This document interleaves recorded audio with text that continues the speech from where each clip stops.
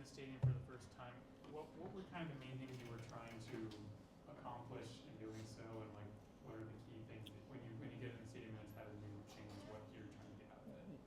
You know, right now, still being a morning practice, you just want to get in there and get acclimated to the surroundings. You know, we've got a lot of new players in our program and an opportunity to be in there. You know, eventually, you know, with lights and things, you still got to get used to you know, picking up the ball, tracking the ball, and things like that with new surroundings. You try to get that. It's, you know, there's always a little extra juice there in practice when you get a chance to go in the stadium. You know, play clocks, scoreboard, a little bit of that we were able to use on one end. Again, getting used to seeing those things and just kind of, you know, we didn't do headsets today in the press box or anything, but just getting used to mechanics and things like that and try to make the most of it. You know, the stadium done such a fine way that we still have plenty of room on the sideline to get extra work. Sometimes you go in some of these stadiums and it's so tight, it's hard to spread out to do drill work and things that you need. We can still get a lot done with that. What did you think? I mean, how did you feel? It's obviously a different vibe in there. What was just that first feel of seeing your team out there? You know, it was exciting. Again, you know, I wasn't really sure. Haven't been in really any of the meetings on phase 2 to really know what the timelines and things were going to be. I was one of the last ones I was in. I really thought we were leaving the lights up the way they were before. So when they started to do that this summer or late spring, I was pretty excited that the whole lighting system will be there and be consistent throughout the stadium. That's exciting. I knew it would be a lower bowl setting. I didn't know also that the upper deck framework would be there to give us that stadium feel. So all those were highly positive. And now as they continue to put touches on it, I think for the situation that we're under for the season, it's going to look good. It's going to give us that atmosphere that we're probably, like I said, a lot better than I anticipated when it started and after the season. So excited about it, and you know, can't wait for the day it's completely done.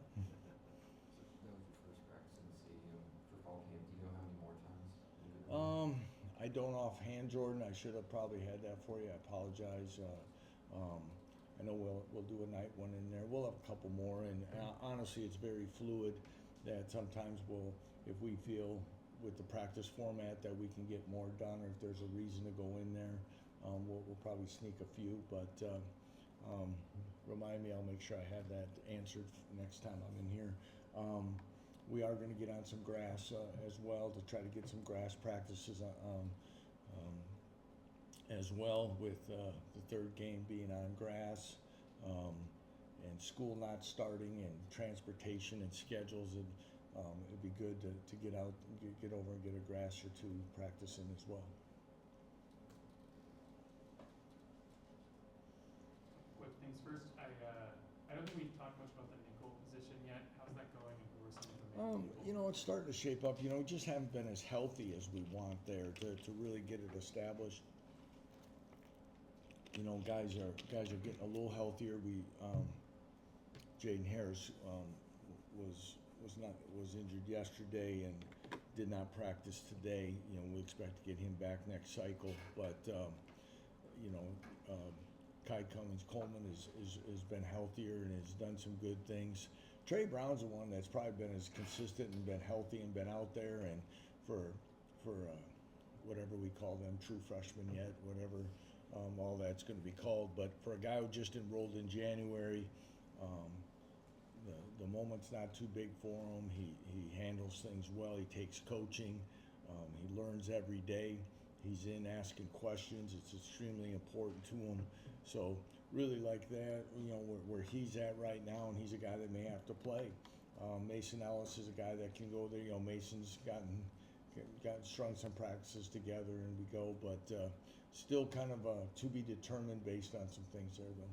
Did you envision Trey Brown playing the nickel when he came in, or were you? No, you know, not initially when we recruited him, but when he got here, we could see, that he could. I left EJ Cannon out of it as well. He's kind of made the move in there. Um, EJ's been a real pleasant addition to this program with attitude and work ethic. Missed a lot of the spring. He's a really versatile football player, and he can do some things as well. So I'll say this about the nickel position. We can move on. It's not that we don't have anyone. Sometimes you're grasping at like who can it be, and you keep searching. It's a matter of just finding the guy that's going to be the healthiest and the steadiest of the group. And then Amir's been having more opportunities to play center and Yeah. snap. And how's that going? And what do you think about how the offensive line could look in that format? How does it maybe compare to Well, obviously we're bigger with Stroh in there versus Kaysen.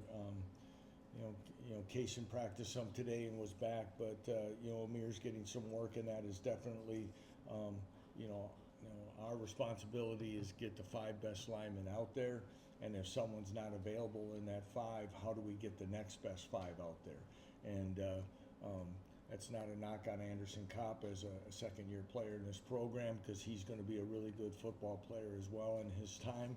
But we continue to look at Amir also at center. It's been good. It hasn't been as consistent as we'd like. Got to be consistent with snaps, and it's different and some things that we're doing. But when Connor Stroh and Tavake are at the guard positions, we're pretty big in there, and we can be pretty physical group. As we know, Amir's extremely physical. He's athletic, and so I like either unit that's out there, and we'll just have to see how it goes through camp. But will Amir play some center this year? I would definitely think so. To build off that, at tackle, it seems like Calvin and Nick are the 2 guys there. What sort of growth have you seen from both of them just over the course of the camp? Again, the height, the length, the athleticism that you need in college football today at the tackle position, they bring experience, starting to get more confidence on doing different things, having some patience. Again, being consistent with footwork in the run game as well as the pass game is things that they continue to strive for. But again, I think we'll have, we talked about it before. Jack Tanner's a guy that's played well. DeAndre Harper's a guy that is going to be, as we continue to go through this, it's going to be hard to keep him off the field. When he gets on people, they have troubles getting off of him, and he's versatile and athletic enough to play inside or out. So he's gonna continue to make his impact in this as well, and we're gonna have to find ways to get him some snaps. But I really like, again, where we're at. As I keep saying about backups and competition. Brandon Solis, the transfer from Missouri, continues to get better as well. So he's making there. So we got a lot of guys that compete every day in there as we kind of continue through this. Curious, as you walk around practice and look at different units, are there any position groups or positions that you find yourself very intrigued by, or you find yourself kind of watching? Maybe you find yourself kind of going back to them, I guess, to go watch. I'm intrigued at the safety position because it's competitive, and who's gonna really rise to the occasion in every facet that we need. I think that is to me. I like the potential of the possibilities at the tight end position. Of course, I'm watching our quarterbacks. I went about all these different mixing and matching of the offensive line, which I always like to have that conversation with the offensive line coach during camp about who's our top 5, but who's 6, 7, and 8, so that we make sure, as you remember, I think Henry said it in something I heard. I was listening to that. We've made some late or mid to late camp adjustments in the past, where we flip 2 tackles or we move a guy inside or outside. And part of that has to do with what gives us our chance to be the best 5 out there, and we'll continue to do that. So that's always part. I was worried about your health up front on defense, but I really like where the defensive end position's gone. With Leroy, Alex has missed a couple days, but David Santiago is a guy that's going to really help us.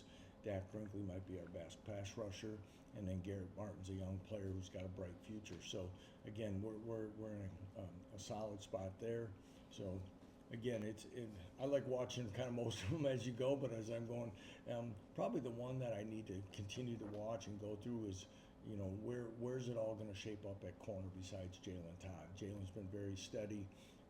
You know, Austin's been healthier as we go. Roman Pearson, we're trying to get Saeed, you know, Jaleel Hurley. There's a lot of guys that can, and we talked about today's practice, which our defense played really well in the competitive areas today, had a really good day offensively. Wasn't our best day, was a little inconsistent. And for us, you know, we've got to be a consistent football team to be able to win the tight football games and be able to do that, because our margin of error is not going to be huge, but we have a chance to be very solid. But it's going to be a lot of these positions who does it the most consistent. And real quick on defensive tackle, Coach Managos talked about Eamon coming along and Marcus. What have you guys seen from Jabril and Kevin over the course of camp, two younger guys? Again, getting better every day. Love Kevin Otis, his attitude, his personality. He's a lot like Marcus in a lot of ways. When Marcus came here, he's very jovial. But he's a hard worker. He wants to. He understands that he's got to be able to be there every day and bring it at a physical position. But he gives us some quickness there. Jabril's a guy that, coming from the D2 level, is learning a lot about the speed of the game and the importance of technique, and continues to come in for extra work about making sure alignment, stance, and things are there. But he's shown up, made some nice plays for us in camp. And as we know, we're going to rotate a lot of guys there, so we got to have them all ready. And I feel those guys will help us. Yeah. Through camp, I'm sure you're getting a look at the specialists. What do you think of the punting and the kicking units? I think I think it's fine. Matt Gill again we don't do a lot of live stuff, but when we do it, those guys have been very consistent. Martin's been consistent. Dane, again, I think for a guy that's a walk-on kicker, gives us a good competitive situation. So haven't done a ton of kickoffs, but again, to see who will be the most consistent with touchbacks and things like that will be there. Like our Reno as a long snapper is one of the best spark plugs in this program as far as leadership and attitude, and really is well respected here. Hollis Moeller is a walk-on long snapper who came into me and asked about thought he could be a holder, and so our backup long snapper is going to be our starting holder and does a nice job, and it's not every day that you have that combination. So I like our specialist group. They're going to be important. Taiwo, Aaron Miller, Kyle Dween do a nice job with those guys. You're getting more on the downward, slide of fall camp. What do you want to accomplish or see on these last days? Well, I got 9 in. But, again, consistency of where we need to be each and every day. We've got to be able to fight through. It's been warm this cycle a little bit. We got to continue to fight through that. Some guys that got to kind of separate themselves if they want to earn that starting job. Some of these spots we've talked about, but I would probably say again to continue. We've been on a good climb. I want to make sure I emphasize that we've been getting better. We just have to keep the throttle down in that area, and as we kind of hit, as you're saying on the downhill, I think we're kind of hitting the middle of this thing. And as you're right, you end up pulling it back some. I think this new model that we've gone to with 3 practices and a day off has helped our team physically and mentally. Tomorrow they don't have a practice day. Tomorrow they're not in the building. So they get a chance to kind of get a separation day, get themselves ready to go for this next half, so to speak. But again, consistency in what we're doing each and every day in the small details. Lance, real quick, Joe Deneen was in here the other day. As you know, he's a new father, and he's been through that. He said he was reading a book to his son the other night, and he kept thinking in his head, does Leroy know this? Does Leroy know this? What do you talk to those guys? You've had others that are obviously new dads and stuff over the years, and you've been through it yourself, but what do you talk to those guys about with this time of year and having to balance that, and how fun is that for you to hear him kind of doing both? Well, I appreciate you asking. Today's my daughter's birthday. Oh, cool. And, you know, my wife, you know, and as you know, so if you think back to how many years ago, where was I on the day she was born? I had to get, you know, paged off we had pagers back then. It was paged off the practice field and to go. So it's hard because, as you know, around that, I've missed a lot of birthdays, okay, and a lot of things. But you know, we try at this time of year when we can when we can, you know, get our coaches take their kids to school and do things. But probably the biggest thing is say try to make sure that you carve the time out because it goes fast. As we all know, if you've been there, it goes fast, and you know. Ashley Wallace was just in with their daughter, and it's her birthday today, and came up and wanted to get a hug from Dad on her birthday, which is tough because he left the house probably before she was awake, and those are things that, as we know, it's occupational hazard of this thing, but it's part of it. But we got to try to be there as well because we spend a lot of time on everyone else's kids. We got to make sure that we're there for our own when we can, because it does fly by. And it's probably, I didn't say, you know, we don't give enough to our wives in these situations for having to do both all the time and for what they have to do. So, but we got a good group, and I know Joe will be a great father. Thanks, guys. How was your daughter? 26.